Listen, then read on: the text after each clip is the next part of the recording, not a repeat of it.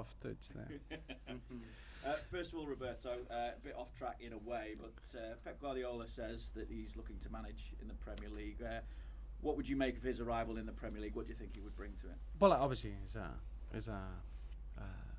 I think it shows a real compliment to the Premier League as a league and as a product, and to see a manager of the stature of Pep Guardiola wanting to come to our league is a phenomenal sign.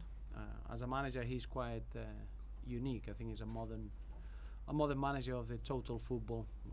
Clearly, with Rinus Michels and Johan Cruyff, and a very clear way of playing the game. And it's going to be a terrific addition to the league, without a doubt. Good news for you guys who are looking to challenge the top four, or bad news? No, I think it's good news. I think the more competitive, the best league in world football is the league that we want to see in the Premier League, and is the league that we want to be competing to. So I think it would be great for football in general. I think it'll have a phenomenal effect to the young coaches, and the way that the game is understood is going to get a real benefit. And as it's FA Cup weekend, FIFA have given the go-ahead for video technology to be used in the FA Cup next season. Certainly trials to take place, and that will cover goal decisions, red cards, penalties, mistaken identity as well. What do you make of that? I'm looking forward to see the exercise and see how it works. That's the truth. I'm not a big supporter of video technology unless it's a very specific incident. I think goal line technology has been an incredible help to the referees, and so it should be.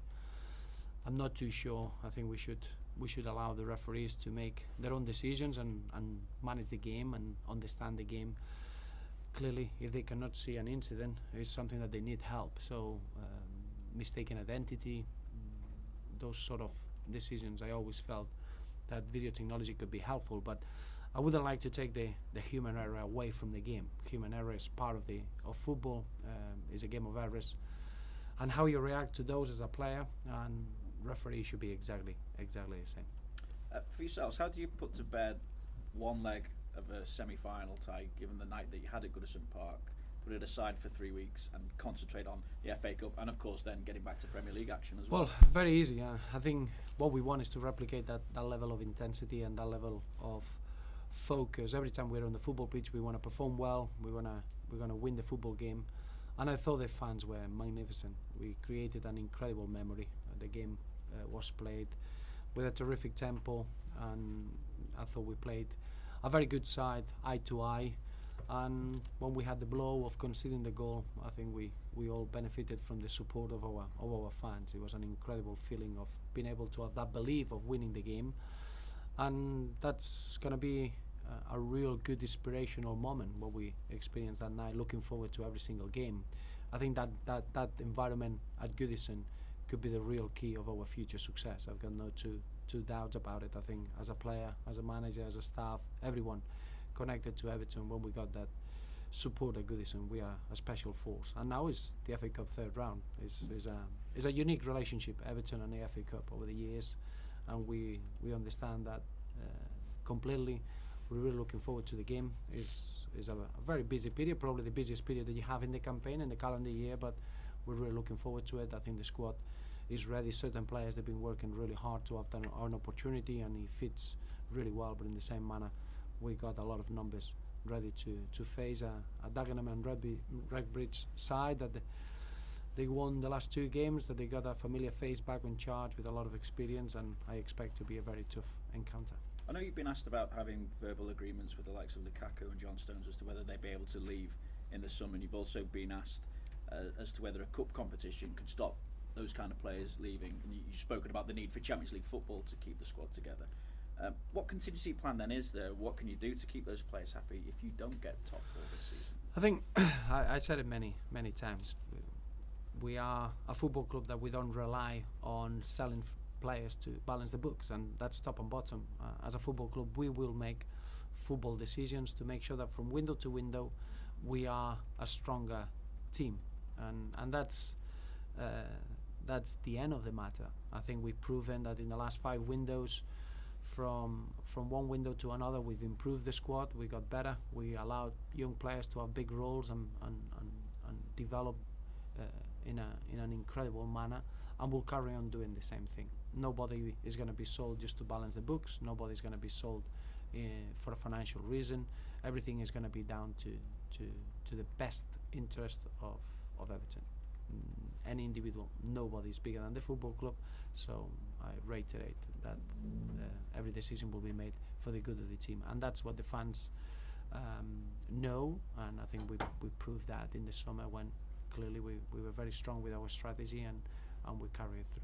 So when you spoke about qualifying for the Champions League, was that more talking about a long-term aim rather than this season? It is. It has to be, and it would be very easy for me to put excuses of how difficult it is to get into the top four and the difficulty of facing football clubs with budgets surrounding the Champions League qualification. We are Everton, and our history and our fans demand to aim really high, and aim high is to compete for every single tournament that we go into, and clearly in the league we should aim to get into the Champions League positions, and that doesn't mean that we're going to achieve it overnight or it's going to be straightforward, but that's the long-term ambition that we have, and we're building the football club towards getting there, and however long it's going to take us is going to be with a real focus to get there.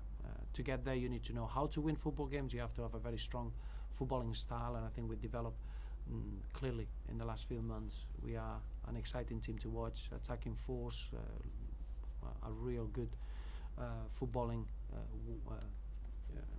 group, but in the same manner we want to become a winning team, and that's always a process. And clearly the environment that we created at Goodison the other week in the first leg is the perfect environment to develop a winning team. A cup success, even a cup double season, be a step in the right direction, wouldn't it? Every game is an important one for us, and for different reasons. I think this game is really important because it's going to give us a lot of information about our own squad.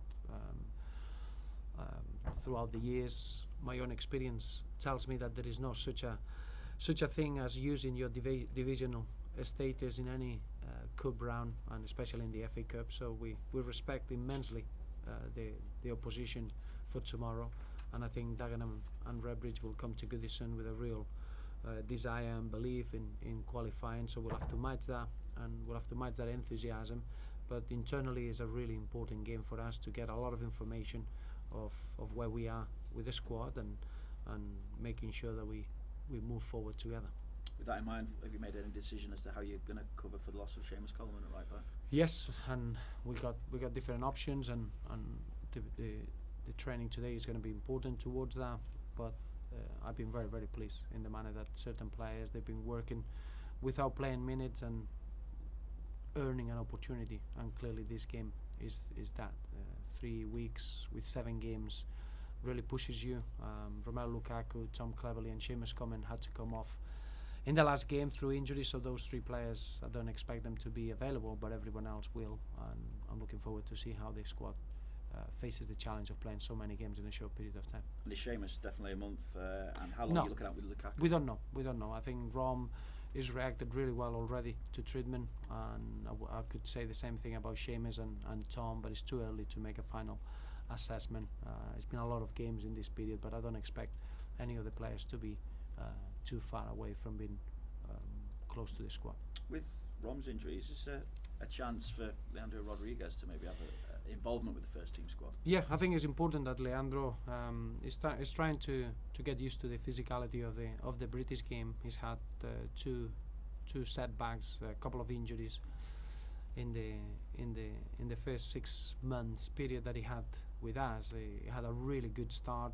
He played a couple of games with the under-21s, scoring in both, and then he had a little bit of a setback and an injury, which probably reflects the normal period that you need when you come from a different league, especially from South America, to adapt to the British game. But he's come through that really well. He should be fully fit for tomorrow, and it would be great if he can be involved in the squad. It will be probably a well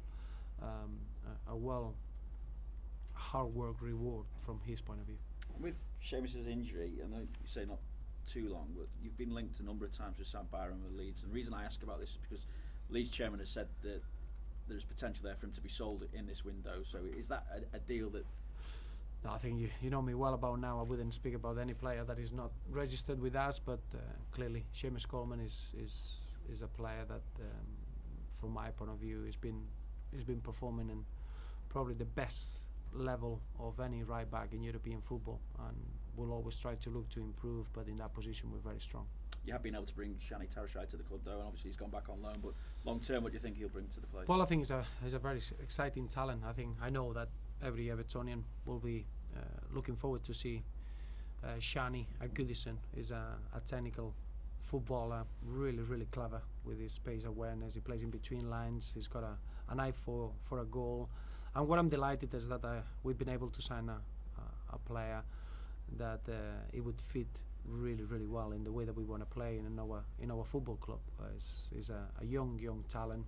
In my eyes, probably one of the most promising Swiss talents that they come available. I think it works really well. He has to do the military service, so he's going to go back. We got a really good relationship with the Grasshoppers, and we're going to work hand by hand to see Shani playing important games and playing a very big role with Grasshoppers second half of the season, but in the same way start introducing the physicality that he's going to need into the British game. So a really good signing for us, and an exciting talent for the future. In terms of possible outgoings, what conversations have you had with Stephen Naismith at the moment, and anything likely to happen there? Do you see? There is nothing to add. I know that is always the same question in the window. We had a lot of interest for Darren Gibson and Aidan McGeady, and there are two players that we need to sit down and consider what's the next step very carefully, because they've been working really well in training, and it's been disappointing for them not to be able to have enough minutes on the pitch. And clearly there are two players that they need to be active and playing from now till the end of the season, due to the opportunity of being involved with the Republic of Ireland in the Euros. So is a position that we're gonna look into it, and at the moment there's nothing else to comment. And been no one coming in for Morales or Naismith? No. Also, just in terms of the squad for the weekend as well, is it a case of Joel continuing in goal with it being an FA Cup game? Well, at the moment we're still preparing the game, and we need to see how everyone recovers, and at the moment I can't give any news towards the squad for the weekend, apart from the three players that they came off injured. They're not going to be involved, but everyone else I expected to be involved, and it'll be a late call in terms of the starting 11. And Jagielka ready to start? Yes, he is. That's a big boost then, isn't it? Huge. I know you've been saying about it, but I think it's been a big boost just to have him around the dressing room, and I think what I value is his predisposition just to be with the team in a really important period, and his presence is a real calm influence. Is our club captain, but is someone that's been through every single situation in a football pitch, and it's been very helpful to have him around, especially when he wasn't available to play for 90 minutes. I think the work that he's done now in training has been very good. He's available, he's back, and is a perfect opportunity for everyone to see Phil Jagielka back on the pitch and use his leadership skills in good measure. have you had him in like a practice matches and stuff out there? Well, he hasn't. We haven't done a practice match behind closed doors, but he's done a good volume of work, enough volume of work for us to feel that he's ready to compete, and he's ready to be in a starting lineup. And just one more from me. Can I just take you back to Wembley and FA Cup final and winning it with Wigan? And I know it changed quite a lot, but for you personally, what did change that day, if anything? Nothing. It doesn't change anything. I always feel that winning silverware or winning a title is something that you keep on the side, and you never look into it too much. I think it's one of those moments that you want to treasure and maybe review when you retire, and use it with the grandchildren around the fireplace, and just maybe then just take time with some stories. At that point, it was just a sense of satisfaction. You just, as a manager, you feel so proud of the players and the work that has been done around the football club, because you don't win a title unless you got the whole football club pulling in the same direction, and that's a sense of satisfaction. all it gives you is a real desire to experience that sort of moment again. And I just feel that as a football club at Everton, it would be an incredible moment, especially for our chairman. He's the person who deserves it more than anyone. You've spoken briefly there of the interest in Gibson and McGeady. Does that in any way affect your thinking for how you select a team for a cup game? No, not at all. No, I'm just very open and honest. I think there are two very good professionals. I consider them being really important players for us, but I think they deserve as well to give them a bit of a special attention in this moment of the season. They haven't played enough for what we would expect from every party, from their point of view, from our point of view, and now is a good opportunity to see if the second half of the season can be a really good one for everyone. The reason that they haven't been playing is because of the competition for places, and because we got a squad that was big in numbers, because we were built to cope with the demands of the European football last season. So clearly, in terms of numbers, is a squad that it can be trimmed now in January, and those two players deserve that sort of treatment. Just check, would be loans or permanent deals for Darren? There's no real clarity at the moment. Thanks, Thank Roberto. you. All the best. See you tomorrow. See you tomorrow. Again. Thanks, Brian.